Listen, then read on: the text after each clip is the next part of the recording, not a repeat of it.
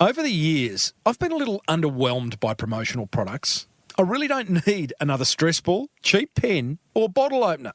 So I've tracked down industry veteran Clive McCorkell to find out how us small business owners can make better use of what could be an important marketing channel.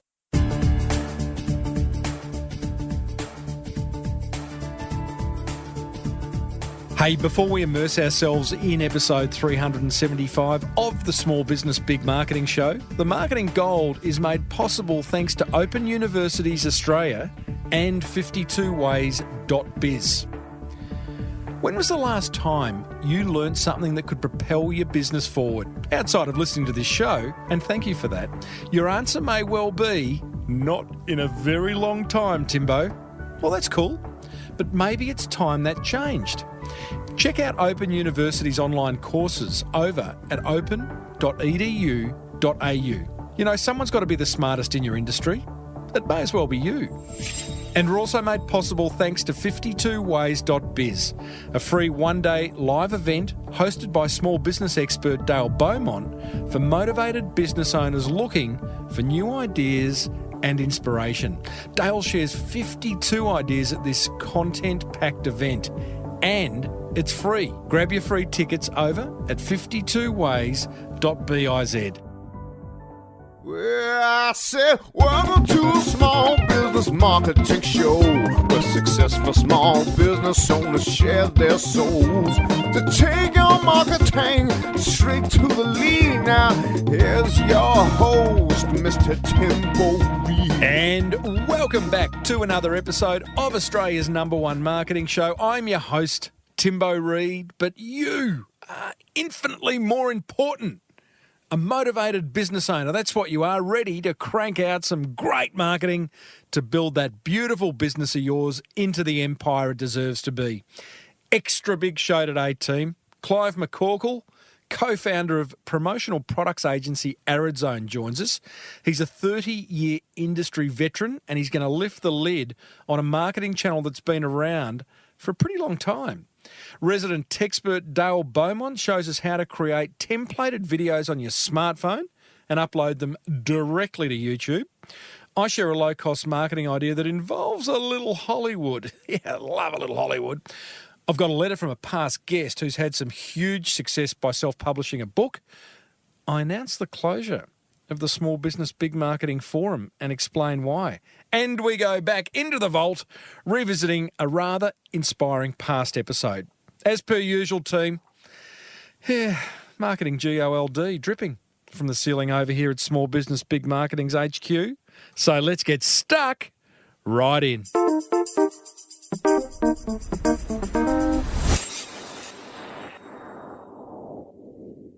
So way back in episode 290, I interviewed Bunbury vet, Bunbury's way out in Western Australia, Braden Collins.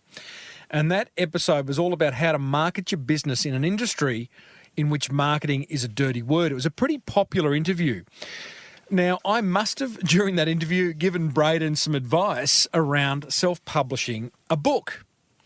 Well, just last week, I got a letter from Braden, and in that envelope, it included a book.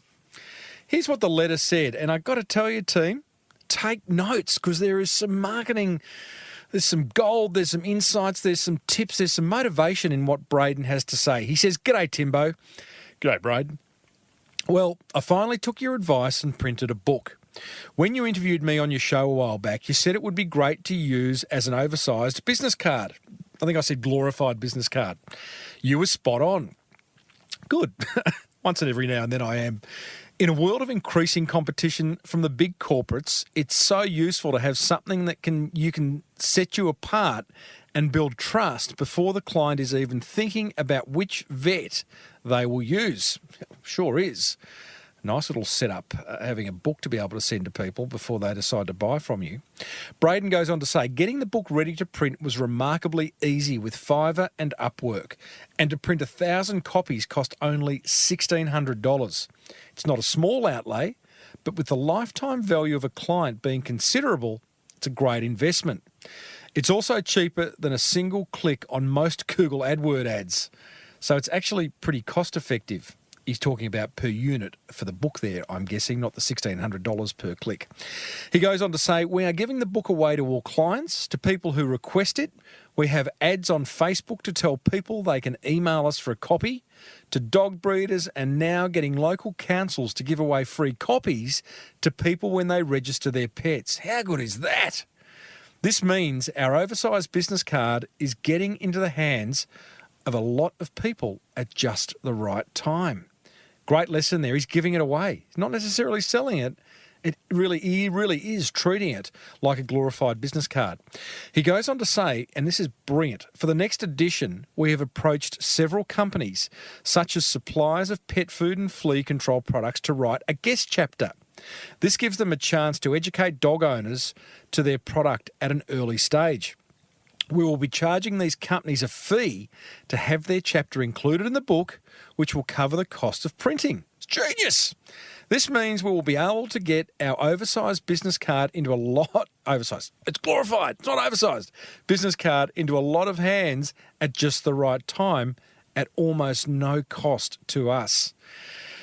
Oh, boy. Got to love a bit of marketing that pays for itself, don't you? Might even make him a profit. Think it will. Anyway, thanks for all the great work you do, Timbo, and I'm still loving and getting something new from every podcast you do. Braden Collins, Bunbury Vet Clinic and Eaton Vet Clinic. He's got two. You can find him at bunburyvets.com.au. Braden, inspiring stuff, mate. I love hearing from past guests and listeners about action they have taken as a result of this show. I know I sound like a broken record when I say it, but action creates reaction. Action is everything. It's all about productivity. It's not about perfection. Braden, you're a champion. Coming up after today's interview, I share a ridiculously simple to implement marketing idea, plus I will explain why I've closed the Small Business Big Marketing Forum.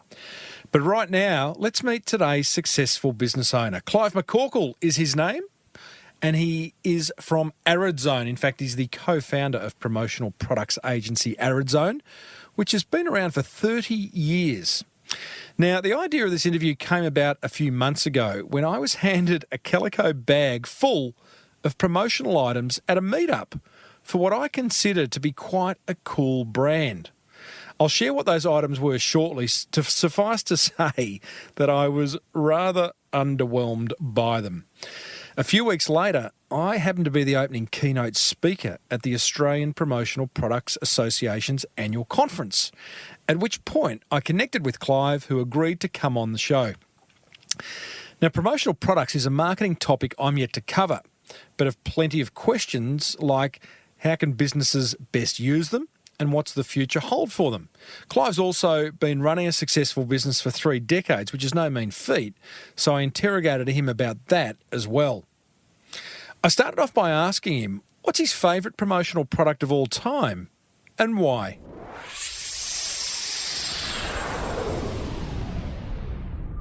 Probably one of the first ones we ever did was the Steve Vizard mug. A famous old TV celebrity for overseas listeners. Yeah. And there might be a couple of people around still that might remember the show. Steve, when he started the show, had a uniquely shaped mug and had a tram ticket sticky taped. He did? On his mug. So we were brought in to see if we could create the real thing. How funny. Yeah. That was quite an iconic mug. If you've really triggered something, I went into that audience a couple of times. So Vizard was like the Letterman of Australia for a period of time, wasn't he? Yep. So we were fortunate enough to get it right. We made it in a little warehouse in Cheltenham. Yeah. We threw away half of them that we made. Why? It was literally hand cast. They were the old-fashioned back then with manufacturing. But we finally got an order out of Myer at the time and sold quite a few at retail, which was sort of our first promotional product, because originally we were a clothing label. So yeah, right. we thought of something in this promotional Wow, game. there you go. I like that one. You got any left? Yes, I've got 2. I've got the original one. I'll come and get one. Hey, I want to have that promotional products discussion, but we will have that in the second half of this interview, because I'm really interested in Arid and how it came about, because any business that's been around, owned by 2 people for the last 30 years, I think is really impressive. So well done on that. Yeah, thank you. Where'd the idea for Arid come from? Originally, as I said, we were a clothing label way back in '87, and starting a clothing label in the recession was always a smart thing to do as a young 20-year-old. And I spent a lot of time in the Arizona desert and came back. Always loved the saguaro cactus. I loved how it was one of the oldest plants on the planet, had a bit of strength about it. And we started doing the Vizard Fast Forward merchandise. Yep. And we had to get another label or another brand, if you like. So we had a label called Conserve at the time. So we ventured into the promotional game, and that's how it started. Huh. And Anthony and I, my business partner Anthony Brown, we were friends since we were 14. So I lived with Anthony for a year there. Right. Yeah. Well, I think it's how we originally met many years ago. Way back, yeah. So the clothing label, what was suffering because of the GFC? Was it the GFC back then? What Back was it then called? in Some kind '87, of stock market crash or recession something? of some kind. Recession that we had to have. Yep. Was it really getting into promotional products was a play to stay afloat? It was more organic, where people were buying our clothes and coming to us and saying, hey, this is a really nice T-shirt or a nice garment, can you make some for our company? And that's when we started to realise that the product around that time was pretty poor. It was sort of low quality. The industry hadn't evolved at all. And now we decided that park the clothing label. It was a lot of hard work back then, carrying, as you imagine, the rag trade. And it just grew from there, and we started then developing clients on St Kilda Road, a lot of the agencies, and pretty much it just grew organically from that spot on. And then Arid Zone became the main brand, and we haven't looked back. Never looked back. And the clothing went to clothing became promotional merchandise. We've just parked the label. It's just sitting there. We always toyed with going back in, and then we look at each other and shook our heads and said, no, let's not do that. It'd be tough. It'd be so tough. Yeah, it is. I listened to a podcast interview recently with the guy who started American Apparel, who's a complete nutcase, a self-confessed nutcase, but a great story. Yeah, fantastic story. Yeah, incredible. Up, down and up again. But clearly worked his ring off to get where he was. And that's a lot of thing with the brands too. American Apparel and AS Colour and all those retail brands are the ones now coming into the space. They want to cut of the action. Do they? Into the promotional? Into the promotional. That's been probably one of the biggest things in the last 5 years, that retail brands are, obviously it's tough at retail, and they're seeing this big segment in the promotional industry and corporates, and they're all sort of moving their way into this market now. You shitting yourself? No, they need distributors, so they need us to sell their brand because we know how to. Nice. We have the connections, we have the contacts, obviously the relationships with the clients, so they work through generally a distributor model. Yeah, okay. Well, that I would argue, let's come back to that, but I would argue that would probably bring a new level of quality to your industry. It does, from a perceived value as well, because when you do sell something with a brand and the recipient gets, say, a piece of clothing that actually they know has a value in the store.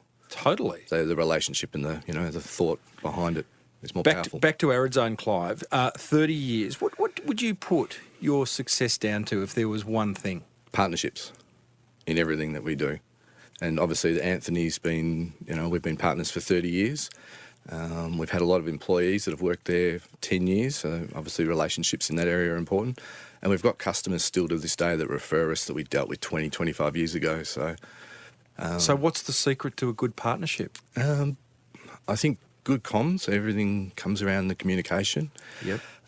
Compromise, a lot of the time. It's not unlike a marriage, I guess. Yeah. And I think also being on the same page. Anth and I have always been the big picture. We've always had the same vision, if you like, and passion for what we're doing. And that sets the right culture. And then the staff get on board and they'll come along for the ride. And then that transpires into hopefully a successful business. Do you pick your clients? You're picky? I get the feeling that you and Ant wouldn't tolerate, clients that are going to cause pain. Yeah, it's funny. Ant's probably a little bit more choosy than I would be. Yeah. I do have some relationships that test me, but I actually enjoy that. I guess challenge. What's an example of a partnership, a client partner? You don't have to name names. Feel free to if you want to. They're not listening. That tests you. I've got a couple of marketing managers that know everything, but they want it all last minute, and that's the biggest challenge. So their problem becomes your problem because they haven't planned or there's something a little bit late, but you haven't let them down in the past, so the expectation is that you'll deliver. So that then, once you accept that role and that job, then applies all the pressure internally, because every touch point internally has to then be under the stress of making sure we deliver. Why don't you look at those people in the eye and say, hey, listen, This just causes pain for everyone, and you're not getting the best result. Well, there's two things. You obviously try and train them and give them the best option, or they pay for it. Yeah, right. So okay. So the margins are better. The margins are better, clients. yeah. And if you're working weekends and you have printers working overnights and so on, yeah, okay. of course they'll pay for it. So 30 years, Clive, I reckon there would have been some challenges, moments when you've looked Anth in the eye and gone, mate, this is not looking good. Can you reflect on probably one that gives you shivers the most? Yeah, look, there has been a few. We did go through a fairly way back in the early 2000s. And I guess in all businesses, salespeople are key to roles, and they often have the relationships. Mm-hmm. And when you lose a key salesperson, it obviously can cause, a bit of a backstep in the business planning. Mm-hmm.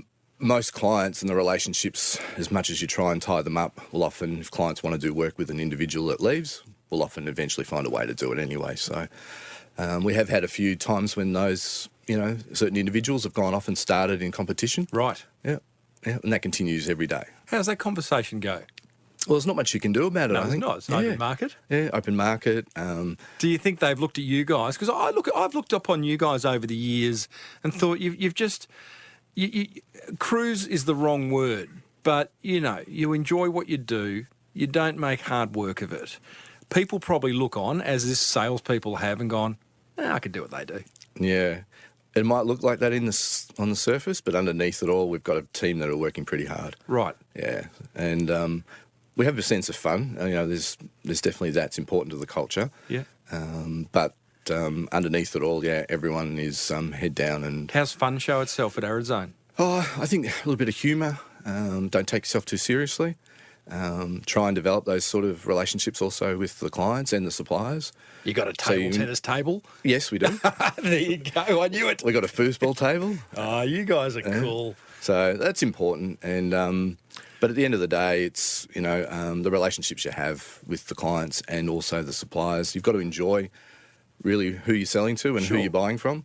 And that's what we try and work on with our clients as well. They've got to enjoy the experience of dealing with Arid Zone. I also imagine you and Anth would be the kind of bosses that would, and you probably don't even look at yourself as bosses, but give staff enough rope to hang themselves. Yeah, I think most of the staff there work autonomously. Yeah. Yeah. I think you obviously set them up with a bit of training and mentoring where you can, but ultimately you want people to have that, individual personality, so they feel like they're being real, I guess, and owning that position. You can't run a company with robots; it doesn't work. So, well, not yet. Yeah, not yet. Maybe. I'm sure it's around the corner. Yeah. In fact, it's here now. I just saw a kitchen in a restaurant on one of those.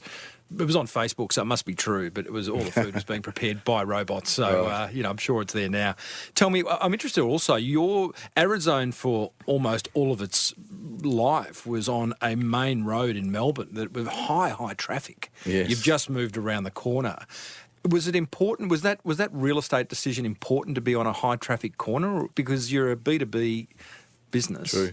In the early days, without a doubt, until we built the customer base and have got to the place we've got to now where most of the work is referral, to be honest. Mm-hmm. The marketing goes into other things. But back then, getting to establish ourselves, and people really didn't know the promotional products industry that well. We were there for about 12 years on that location, and we had a big neon sign that everyone remembers, a big cactus. Yeah. So that we had a lot of people just walk in. I remember I had key people from pretty significant businesses just walk in and look at the showroom, just saw the word promotional products and came in. So it worked at the time. Well, it was quite clever. And you probably didn't know at the time. I mean, I imagine the real estate came up and you thought, oh, well, that's cheap and we'll take it. But, it is in an area where I guess a lot of, young marketing executives live. Yep. And drive past each day, and quite clever, really, in retrospect. It worked out quite well, because there are a lot of traffic that come that way to the city. You talk about referrals, and people. I often at conferences get audience members to put their hand up and say who gets most of their work from referrals or word of mouth, and everyone's hand goes up. Now, I believe that word of mouth or referral marketing is a result of great products, great service. It's not a marketing strategy unto itself. It's the result of a great marketing strategy. So, Are you of that opinion? And how do you manage referrals? How do you reward them? Yep, totally. Well, firstly, we reward them with promotional products. That's one thing. Thanks for that referral. Yeah. Here's a stress ball. Here's something. Thanks. Something that we do. We've actually got a really sort of, I guess, planned Hang on. referral. Please, you don't reward them with another promotional product, do you? No, we give them something with their name on it. Okay. So it's quite personal. Gotcha. But we recognise that. We have a 5 touch point that we've developed in the business. Yes. We recognise that the key to a small business, when you're in a commodity market and competing on price and all those things, is about the customer journey and working out where the customer interacts with the different staff departments that we have, whether it's production, accounts, sales. We try and create a good experience through that part, right down to the delivery, and then it's up to the salesperson to have the last touch point, which is to follow up and see how the... What are your 5 touch points? We have the quoting area, so the initial inquiry. Mm-hmm. So that's from an account management. Then hopefully then turns into a job. Mm-hmm. So it's like an account manager? Yep, so they pass it into a production department. They then produce hopefully the order. Then from there they move into accounts, who obviously take care of the invoicing side of things. And then there's the delivery, so the warehouse delivery, packaging, making sure things are there and delivered personally. And then the account manager comes back in to finish it off to obviously follow up. And each one of those touch points, have you kind of sat down with the person responsible for it and explained some kind of like make sure they get an experience? Yeah, definitely. We have what we call the Arid zone speak. So there's certain ways that we communicate through emails and the way we talk, the words we use, important to sort of... Give me an example. Well, I think look, from the reception side of things... bro. Yeah, well, just being real is probably the key, isn't it? Being yourself. So we want people to be themselves. But we want them to not just ask them for a artwork file. We want them to engage, ask them how their day is, or just something that they can actually say, hey, we're not just a robot in the production area. We're actually people and we'd like to get to know you. And so a lot of our production people, while they're not account managers, develop relationships with... Right. Yeah, with the clients. Any sleeping with the enemy at Arizona? Not that I'm aware of, okay. No, not yet. No, we're not like the AFL. Oh, there you go. There you go. Hello to anyone from the AFL listening. You wrap some numbers around where Arizona's at now. Can you talk revenue, staff, turnover, whatever you got? We've sort of, last sort of 5 years, we've had a pretty good growth cycle, growing at about 10%. We're upwards to about 25 staff, thereabouts, some contractors. And revenues are in that 12 to 15 sort of area. We're pushing for this year, next year.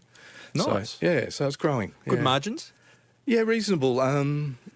Some areas, the indent, overseas work that's involved, high risk, has better margins than the local product. But yeah, it's been pretty positive. So it feels like a lovely little business. Everyone's happy and you have fun, and you and Clive have set some kind of standard and culture, and you've got your 5 touch points and everyone's rocking along. How do you manage that as you grow you've got 25 staff now? Yeah. How do people buy into that? Just you've got to have meetings all the time and work with each. Really? And develop them. We constantly work. But they'll be quick ones. We don't sit there for hours. Nice. Yeah. We like to stand up and get down there and have a chat and see what's going on. We look for opportunities all the time. Love the stand-up meeting. Yeah. What is it about people who... Can I catch up with you from 10 till 11? It's like, why an hour? It's too long. It's too long. Way too long. Yeah, good 10-minute meetings are the best. Yeah, I agree. Yeah. There was a great book written many years ago by the guys who created Basecamp. You remember that project management tool, Basecamp? Maybe not, but it was well known back in the day, and they wrote a book called Rework, and it kind of challenged every... fundamental thing that we thought about business, like 1 hour meetings, In fact, they say meetings are poisonous is the chapter. Yeah. Or toxic. Listeners, I am talking to Promotional Products veteran. Do you mind if I call you veteran? Sure. Clive McCorkell of Arid Zone, based in Melbourne. Now, Clive, let's have that promotional products discussion, because it's just, I've covered a lot of marketing topics on this show over the last 8 years, and not once have I gone into depth about promotional products, and I'm looking forward to this. I'm going to set the scene. Okay. The thought first, I spoke at the Promotional Products Association of Australia conference 2 or 3 months ago. Yep. That's where you and I reconnected, and it just triggered that, I've got to get Clive on and we've got to have that discussion. I subsequently attended another conference, completely unrelated. I go to many, and I was given a calico bag with 2 stress balls, Right. a sticky notepad, a very cheap pen, and something else that was very unforgettable, a bottle opener. Right. And I'm like, and it was for a very cool brand, by the way, Right. or something that I would consider very cool. That was a very uncool set of promotional products in my mind, right? So I'm going, really? Has the industry not progressed? Yep. I subsequently went on my Facebook, the Small Business Big Marketing Show's Facebook, knowing that you were coming on the show. And my question was simply, hey, business owners, what do you think of promotional products? Okay. Now, I said no surprises to you in the pre-interview. There's no surprises here. I don't think there'll be any surprises. But I'd like to just summarise. And it was I got a lot of responses, which says to me it's a topic that I think people are really interested in.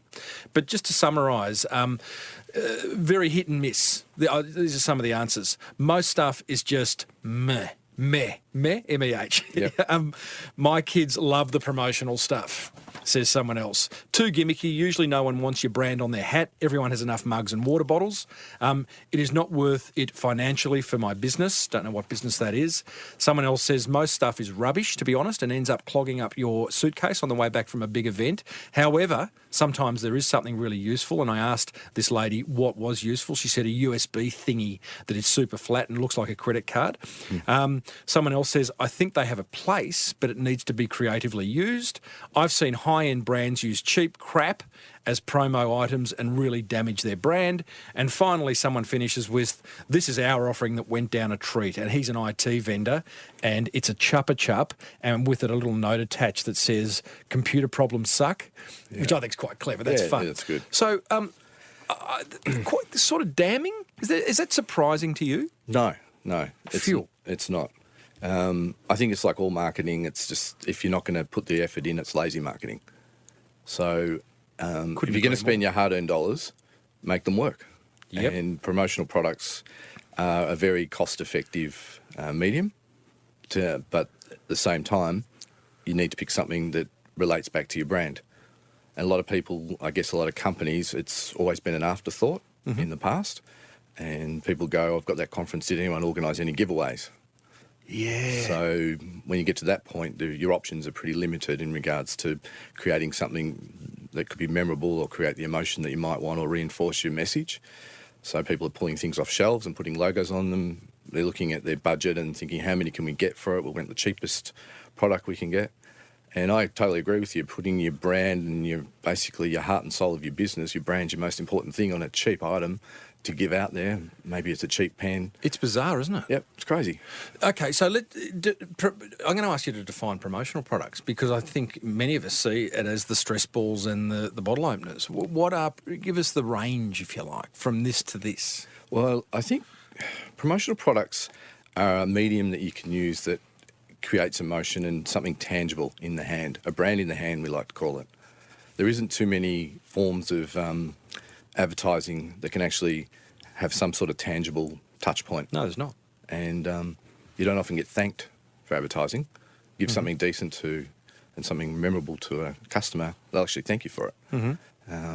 It'll last a long time. A good pen will end in many hands. Yeah, true. But so from your point of view, you've got pens and stress balls down this end of the promotional product spectrum. What's at the other end? I mean, I guess it's anything, isn't it? It's one recent one we did drones. Wow. Yep. That's cool. Yep. And they were used as a sales promotion, branded. Yep. They were serious drones, not your little toy ones. They were, promotion went fantastic, and I'm sure the people that got them are still using them today. So you talk about promotion, sales, what do you call it? A sales promotion. A sales promotion. So my mindset is conferences. That's clearly just one channel for promotional products. What are the others? Yeah, gift with purchase. Yes. Obviously, you've got your conferences and events, merchandising. We use a lot also just in rewards and incentives. So your thank you gifts. They can be great icebreakers when we all know how difficult it is to look at potential markets, and direct mail's pretty much gone. EDMs are a bit like spam these days. And so how do you get someone's attention? Okay. Send something in the post that's memorable, might just create that opportunity to get on board. I had a guest in that seat recently, Dale Beaumont, who talks about a shock and awe package. where he would find out, and it wasn't so much, it was sort of a promotional product, but it wasn't branded, but he would find out what that client of his loved. For example, one is just totally into the All Blacks rugby.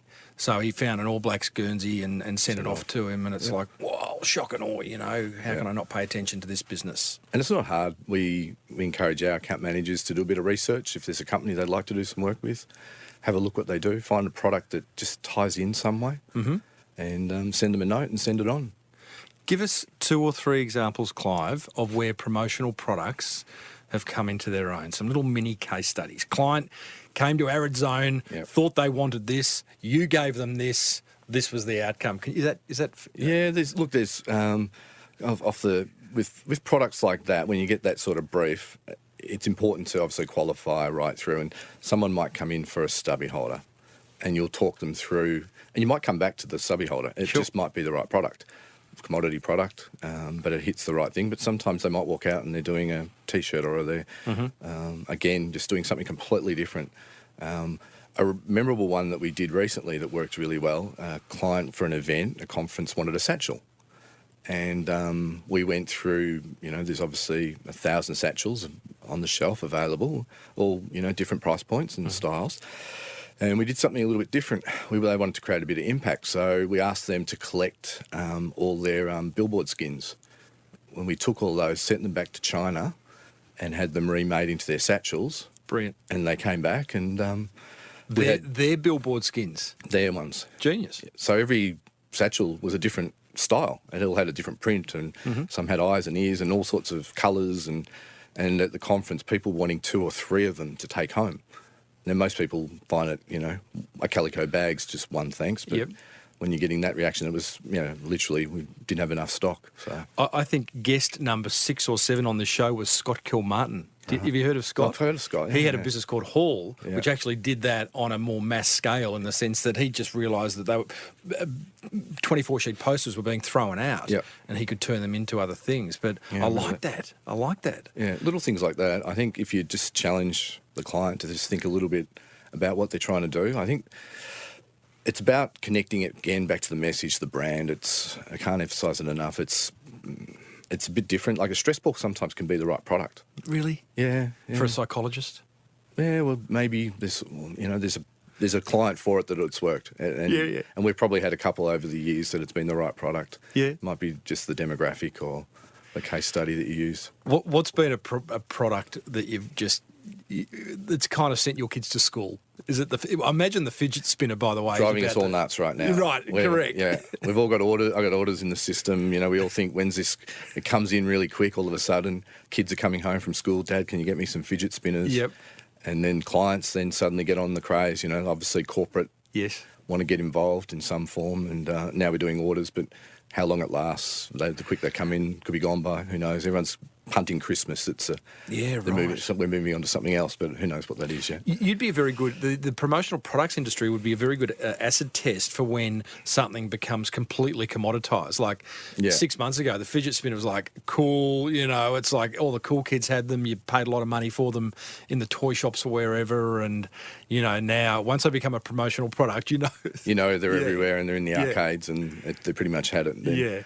But, look, there's no doubt there was a lag between retail and the corporate world. That lag's got a lot closer. Right. So all these trends come from music videos and, films and things like that, where the youth pick up on products and ideas. Yeah. Retail jump on board, they integrate design, and then now the promotional industry is pretty close. So when something comes out in retail, we're not too far behind. Clive, I still need you to pull me out of the mire and get me out of the stress ball, pen, bottle opener, stubby holder mindset that I know many of my listeners are in, and take me into a space. What can we really look to? There's a lot of small business owners listening, vets, plumbers, accountants. Yeah. Well, I think the main thing is the product range is everything you can imagine from a retail point of view. So anything you see in the stores. Right. So I guess the simple thing is pens are still 10% of the industry. Amazing. Massive market. So if you're going to do a pen and you put your brand on that, do something decent that's going to last and get used for a year, 2 years. That's the message from the basic sort of stuff. And then if you want to challenge something, create something. Clothing's still the biggest thing to create something unique. And if you can create something that people want to wear, your brand, out on the street, which we see all the time if you create, and it's all about subtle branding maybe. Everyone kind of likes their logo in big and bold letters. But sometimes let's talk about that. Yeah, There's a great video on YouTube about I want my logo bigger. Have you seen that? It's hilarious. And yet, if you create something that's actually fashion-oriented, it might have a little pip label, just a small embroidery, nothing subtle. You might even have it on the lining. There's nothing visible. Yep.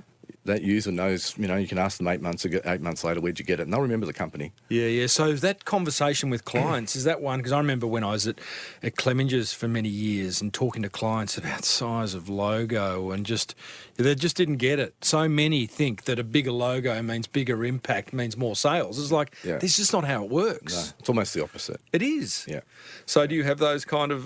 discussions? Yeah, we do every day. Yeah, right. Definitely. Aren't they painful? And when you break through and the client gets on board and understands and then gets the reaction that they get, it's good. It's worthwhile, especially when it's a range. Yeah, okay. That's probably the biggest impact you can have with your brand is when you get 3 or 4 products together that all tie together. Yep. It has a lot of impact when it's executed well.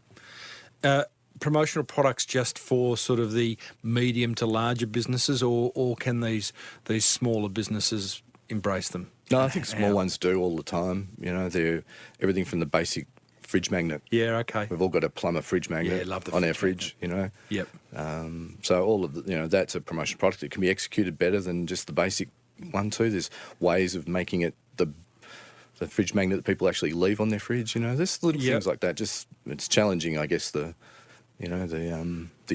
client to think a little bit harder about what they do. Every now and then I see a car at a shopping centre just covered in fridge magnets. Have you ever seen these? No, I haven't. It's like a plumber or a drain expert or whatever, and he's literally covered his whole door or side of car in fridge magnets, encouraging people to take one. Just take one. Yeah, totally. Yeah. Very clever, I think. What's the future hold? What are we seeing? You talk drones. Yeah. We've had one of these Facebook respondees talk about a credit card-sized memory stick. I've received them. They are good. Yep. There's a lot happening in the space. It's growing. The industry's growing, which is great. Yep. So the medium's growing, which is terrific, and there's more companies coming on board. The spend's still there with clients. They still see it as an important part of the marketing mix. And I think that's got a lot to do with the quality of the product that's coming in. So while we still do the stress balls and the products of that nature, tech products, because of where we are, the paradigms have shifted from a business. Everyone wanted to put something on a desk many years ago, had to put something in someone's office. Now we work from home, we're in the car, we're out and about. So it's become more lifestyle orientated. So it's about putting a product or a brand in someone's lifestyle, whether it be in the car, whether they're jogging around the lake or doing all those things. That's the idea behind sort of they don't realise how many promotional products that some people have probably got in their lives. Yeah. You work in an industry, it would be so easy for Arid Zone, who I'm sure you don't deal a lot in price. I mean, you don't position yourself as the cheapest, but you'd be undercut every day of the week, wouldn't you? How do you deal with that? I like most companies, we work hard. Price is definitely something that no doubt we have to work with. We have to be competitive. That's one area. As much as we create, the experience that we do and the referral-based business that we have, when the jobs come up, we've got to compete. And sometimes the product and the price are critical. So we work hard on our supply chain. 5 touch points. Yeah, all of that. Experience, we spend value, a lot of time in China fun. finding the right relationships over there. That'd be good fun, wouldn't it? First couple of times. After 30 years of the visits, I prefer to be at home, to be honest. Do you go to these big? Because I've been to China on conference, but I've heard of these huge trade halls where they're just hectares and hectares big, aren't they? And one leads into the other, and it's just full of, in your case, promotional products, right? Yeah, there's 2 main ones: the Canton and the Hong Kong Fair, and we go there twice a year, and we spend 4 days walking through these halls. What do you look... You must... How do you know when you're onto something? Is everyone just around the stand, or you're seeing it everywhere? And there must be some good marketing at those events. There's not a lot of new product that you just come back and you go, wow, that's the next big thing, because a lot of the factories that display there won't put up something that's designed and someone's IP. because as soon as they put on the stand, there's another 20 factories that have taken photos and they're off making the copy. So it you tend to look for just changes and trends, and we do have briefs. We have product that we're currently buying. So you've got to go in knowing what you're looking for. It's quite planned, and clients sit down with us before we go, and we get a wish list of things they're looking for and price points they want to hit. So it's more of a business meeting more so than just looking and walking through a fair that you're just hoping that something hits you in the face that you can go, wow. I would have thought it. Have you ever thought of doing a client tour? I reckon it'd be fascinating to take a bunch of clients and say, all right, come on, let's go and have a look at what this is. Then they see all the prices. Well, it doesn't matter. I mean, a Chinese price that you see quoted FOB, right. There's a long way to go before it lands in a warehouse here in Melbourne. So I think that might be a new extension to your business. Well, we did that recently. We took a major client to Hong Kong. How'd that go? I'm not sure she'll come back next time. It wasn't as easy as what she thought. I love it. Yeah, but it was a lot of fun, and it's a good way to, obviously, we've got to, develop the relationship, and it's a very open sort of relationship, which is, and it's a really good client. But I think the experience has shown her that it's not as easy as right. It's not as easy as just jumping on Alibaba and ordering something from a factory you've never been to. But that's why it's I do these tours to the Philippines. I've done about 4 for my listeners, where we go and look at the outsourcing options. Yeah. And literally look at all the options. And I have an interest in an outsourcing business, which we end up at. But also the outcome is, wow, A, there's lots of options, and B, it's not as easy as it looks from afar. You can find one unique product and you'll see it on 12 stands. Right. Now, one of those 12 stands manufactures it, and the other 11 are distributing it. Yeah, right. And the key one you want to find is often going to be the cheaper one, and he's the manufacturer, and that's part of the... And then you've got to do the site visits. We visit the factories, we audit them.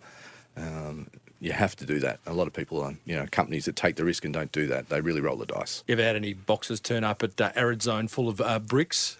No, but we have had, issues over the years. There's no doubt. The QC have been in there, but by the time it leaves, there's problems. So if you're not having problems, you're not busy half the time, I believe. There you go. Yeah. The Fidget Cube was a good one. I got on. There was a crowdfunding for that a couple of years ago, which I got onto, the original Fidget Cube. Yeah. Those guys then got gazumped by some young kid, didn't they? Who was like, because the guys that I got it off, it took about 18 months to get my bloody Fidget Cube after the crowdfunding. Then some young kid came in and did like 300,000 in the matter of months. Yeah, they've been pretty popular actually. Huge, a great idea. Yeah, it's very clever. Yeah, it's nice to see that. There's a lot of crowdfunding products that are coming into the industry actually. Yeah, right. Yeah. Do you keep an eye on that? Is that something that... You do. That'd be a smart thing to do. Yeah, you do. That's gone nuts, that space. Yeah, it really is. My Facebook is just full of crowdfunding ads. Yeah. There's a lot of, when you're developing product from an original concept, there's just a lot of setup costs with moulds. Yeah, right. And you need the dollars. The market's often there for you to sell to, but it's just getting that set up and getting the minimums that you need to produce on the first production run. So that's where the crowdfunding comes in. You've brought some gear, have you? Now, this is audio only. So it'd be remiss of me if I didn't bring you in some promotional products to leave you, wouldn't it? Now, this is audio only. Pull them out. What do you got? Right. Which one is it? I'd be interested to know what you've decided to bring in for me.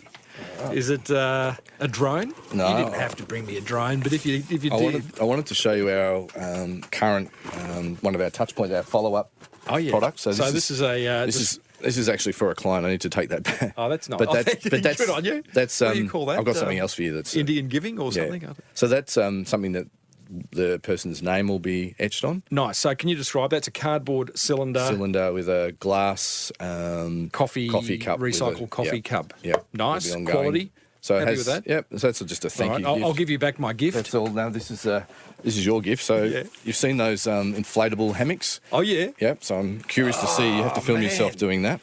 Love this. So that was inflatable hammock. Yeah. The lounge chairs for the beach. Oh, I've seen them. Yeah, where you drag it and fill it up with the air. That's good. It's not as easy as it looks on the No, I'm sure I've watched people at the beach it can be done. So thank you. We did those as Christmas presents. That's yours to lime green. I'm expecting a photo of you. You will, in that mate. at some Absolutely. Point. Won't be pretty, but you'll get that. So here's a basic drink bottle. Drink bottles, I think you mentioned, are pretty boring, but I think this one's a little bit different. I love it. That's a flask. More style. That's a Perspex, very A5. clear. Yeah, it's beautiful. Yeah. So it just fits in the briefcase, the side of the car, or That is really clever. I'll put photos of this, guys, in the show notes over at smallbusinessbigmarketing.com/ whatever episode this is.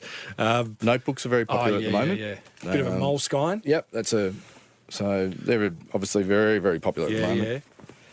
Hey, well, this is beautiful stuff. Yeah. Look, there's a little pad that's You'll use that today, hopefully. Yeah, write my notes on it for the next interview. Pens. Oh, hang on, I'm going to check these, mate. These have to be good Hopefully quality. they're right. Yeah, lovely. Well, that's nice. I mean, this is good quality stuff. And as you say, quality's everything. I mean, why save a few bucks in order to damage your brand? Just do less. If your budget's X, just do less quantity, do better product. What's the best question, just to finish up, what's the best question that you ask in order to get the best brief from a client? Because clients find it hard to brief. Yeah, we have probably, there's not one, there's probably about 10 key things. It's usually the message, who you're selling to and what are you actually wanting to do and achieve. And I'm sure that's the conversation that would happen with an advertising or an agency. So they need to have the same conversation with their promotional product distributor. That's what's key. Yeah, I know. On our advertising briefs at Clemminger's many years ago, it was like the most important question is what's the single most important thing you want people to walk away with or from knowing? Yeah. Kind of didn't make sense. What's the single most important thing you want someone to know having seen this piece of communication? Yeah. And if we knew that, then it kind of... It helps. Yeah, it does help. And we can guide them. I mean, a good distributor, if they're working, through... Correct. We'll help them take them through that journey and find the right product. Yeah, love it. Hey, Clive, McCorkell from aridzone.com.au. Yeah. Thanks for joining us on the Small Business Big Marketing Show and shining a bright light on what might have been a kind of bit of a mysterious industry up until now. All right. Thanks, Tim. man. Thanks for having us on.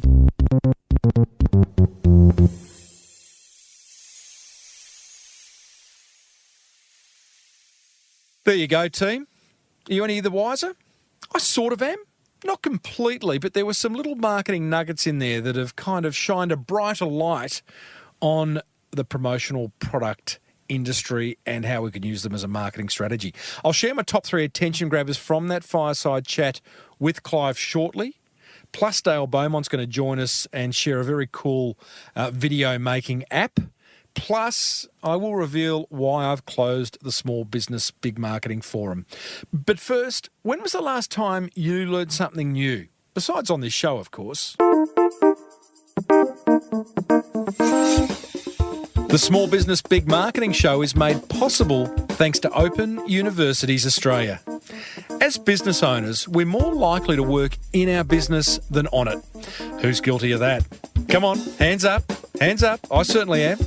We get so caught up in the busyness of business, but it doesn't have to be that way. You see, you can study a postgraduate single unit online through Open Universities Australia. You could sharpen your accounting skills, deep dive into economics. You could even improve your marketing if you can't find a decent podcast on the topic. And trust me, I've tried. Seriously though, having interviewed hundreds of successful business owners, one thing many have in common is they never, ever stop learning. So be one of them and sharpen your skills by checking out the single modules on offer at Open Universities Australia over at www.open.edu.au.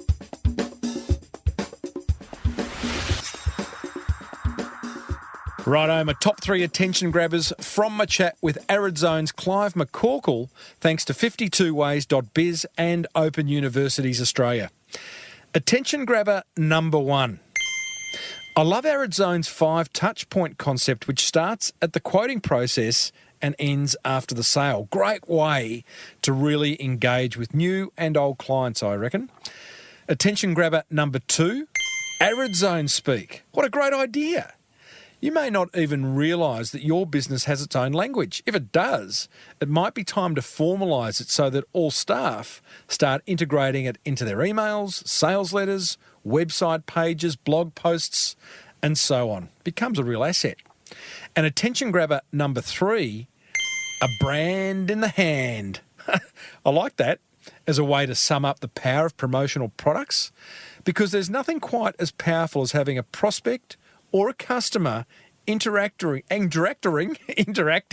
with your precious brand. A brand in the hand. Nice quote. What grabbed your attention? I'd love to know. go over to smallbusinessbigmarketing.com/375 and leave me a comment. If you can't do that, smoke signal, carrier pigeon, email, whatever does it for you. Coming up, resident techspert Dale Beaumont shows us a very cool smartphone app for creating templated marketing videos. But first, what's this big orange button do? What have you got to lose?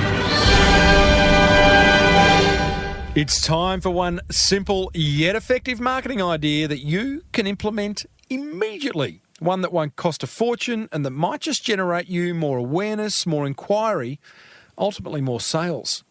I call today's idea the "it's not what you know, but who you know" endorsement hack. Social proof can be an incredibly powerful tool when it comes to influencing purchasing decisions. Social proof can come from business data, like the amount of customers and sales you have, and the companies and partners you work with.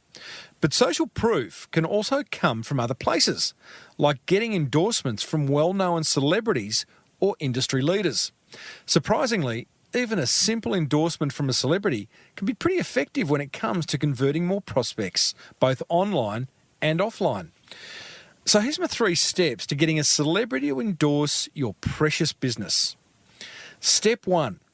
Decide if you even want to reach out to a celebrity in an attempt to get them to endorse your product, service, or business. To come to a decision, you'll have to think about who your customers and prospects are and what matters to them. Would seeing one of their heroes on your website influence their decision to buy from you in any way? It's a good question to ask. Step 2. If you do think your customers would care, your next step is to make a list of celebrities you want to reach out to. Categorise them into A and B lists. Your A-listers are your heroes, the ones where you'll get a little bit nervous to contact. Your B-listers are still pretty good, but they're also a little bit more accessible than the people at the top of your A-list. And step 3, now it's time to reach out to the celebs you've chosen. Use the media contact form on their website. Send them a shock and awe package in the mail to get their attention. Find their email address using Clearbit. Or ask your social media friends if anyone knows them. And here's the pro tip. Get clear on your pitch.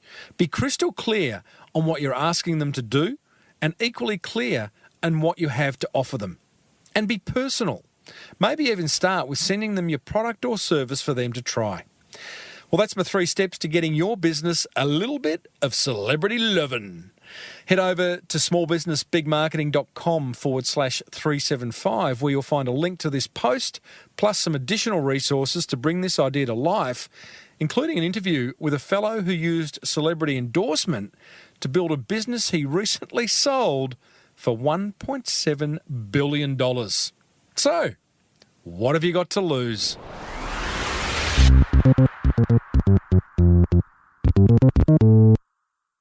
Coming up, I'll share why I've decided to close the Small Business Big Marketing Forum. But first, don't you just love it when life gets a whole lot easier?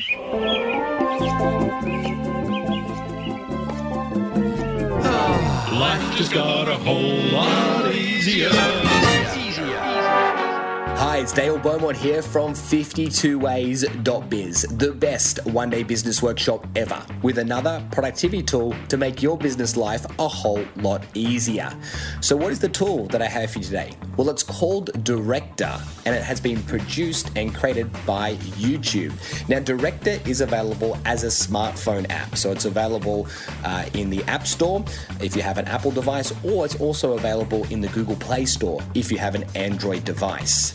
Now, this tool is used for creating promotional videos, and basically YouTube has done all the hard work and it's already pre-scripted different video templates that you can use for promoting your business. So you want to have a welcome message, or you want to have an about us video created. Well, it's got scripts there, and it also shows you frame by frame exactly what to say and what type of shots you can create, and you can do it all on your smartphone. It literally takes your phone and turns it into a director to create a promotional video for your business. You really have to go and check it out for yourself, and you'll be amazed at what you'll find. So that's Director, and it's available as a smartphone app on iOS and also on Android as well. So check it out today. There you go. I told you life would get a whole lot easier. This has been Dale Beaumont from 52ways.biz. Now back to you, Timbo. Life just got a whole lot easier. Hey, thanks, Dale.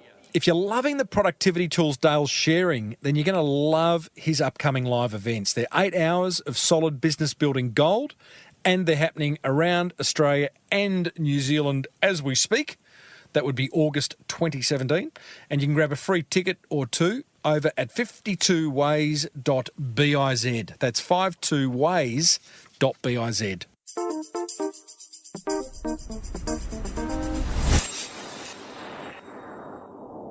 All right, speaking of life getting a whole lot easier, after 5 years, I have decided to close the Small Business Big Marketing Forum. Oh, thanks.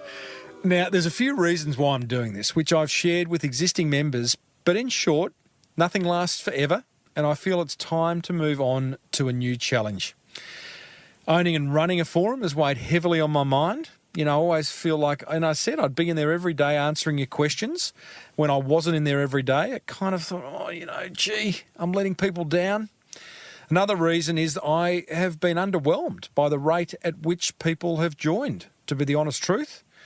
Another reason, I need to create a space to move on to new projects. You've got to get rid of something in order to start something new. Otherwise, you just get bogged down. And finally, I'm offloading things that don't bring me joy. And all honesty, the forum stopped bringing me joy, maybe for the reasons I mentioned above. But again, I just think, when something doesn't light your fire, you've got to move on to do other things. With that said, my passion for helping you create solid returns for your marketing is as strong as ever. So, watch this space.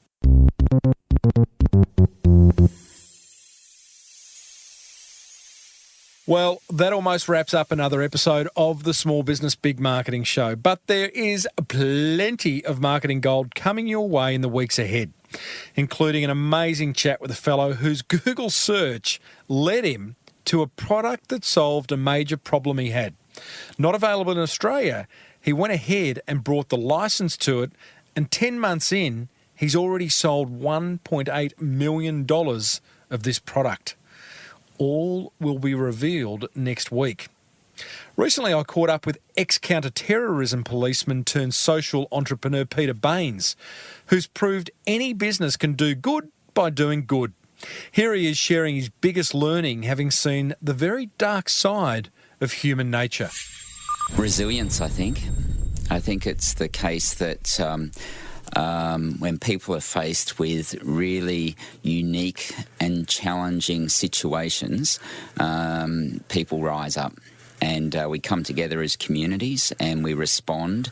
And I think fundamentally we care about one another.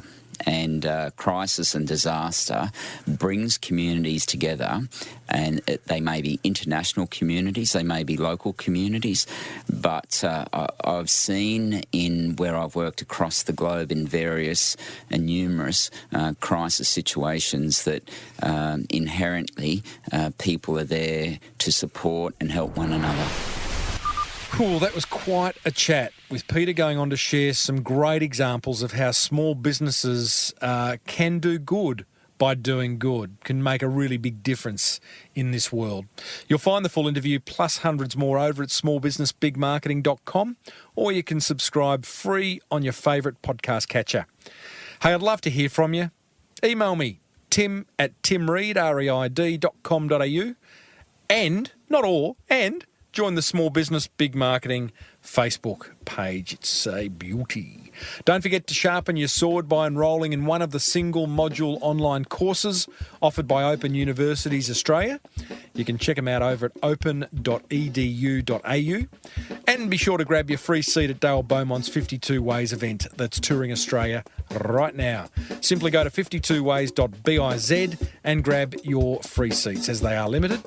Hey, if you love the Small Business Big Marketing Show, then let another business owner know about it. In fact, grab their phone, download the podcast app if it's not on it, find my show, subscribe, hit play. Thank you. Until next week, I'm Timbo Reid. May your marketing be the best marketing. Bye for now.